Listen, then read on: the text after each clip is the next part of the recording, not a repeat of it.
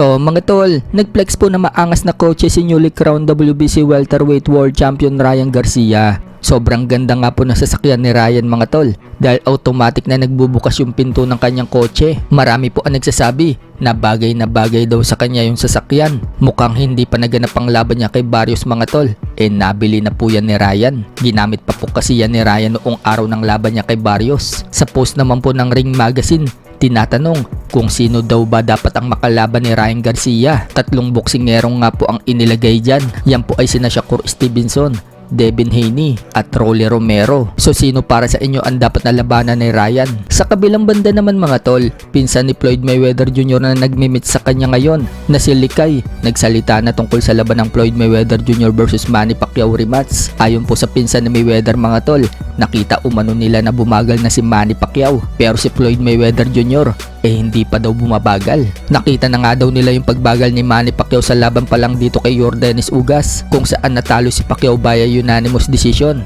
At sa huling laban ni Manny Pacquiao kay Barrios, talagang bumagal na daw ito. Susubukan daw ni Manny Pacquiao na makipagsabayan kay Floyd Mayweather Jr. Pero hindi daw uubra itong si Pacquiao kay Floyd Mayweather Jr. Sharp pa rin daw ito. Habang si Pacquiao, marami na daw pinagdaanan ng laban at marami na daw pinsala sa katawan.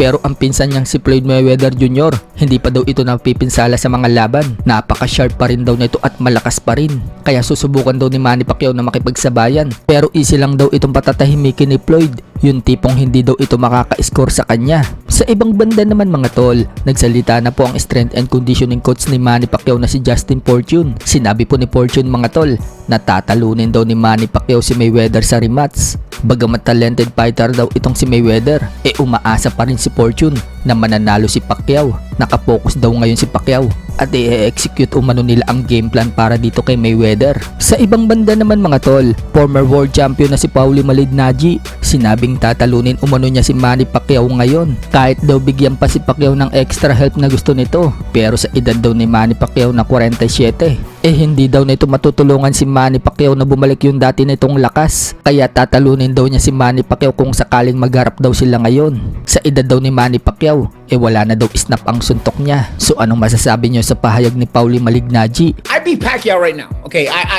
you can give him all the extra help he wants. At 47, 48, it doesn't help him anymore. He's so shot, it no longer helps him anymore anyway. Okay, I will beat the guy right now. Halos hindi naman nagkakalayo ang edad nila ni Manny Pacquiao. May edad na itong 45. So dapat pala ito yung nilabanan ni Manny Pacquiao sa exhibition. Total, mukhang hindi naman matutuloy ang exhibition fight ni Manny Pacquiao dito kay Ruslan Probodnikov. Pwedeng si Paulie Malignaggi ang pumalit. Sa iba pang balita mga tol, postpone po ang laban ni Jimwell Pacquiao na magaganap na sana bukas sa Amerika, kung saan naharapin niya itong si Luis Santana Figueroa ng Puerto Rico, habang tuloy na tuloy naman po ang laban ni Eman Bacosa Pacquiao mamaya sa Bohol. Lalabanan po niya itong Indonesian fighter na si Reynold Kundimang, kaya wag po natin niyang palampasin.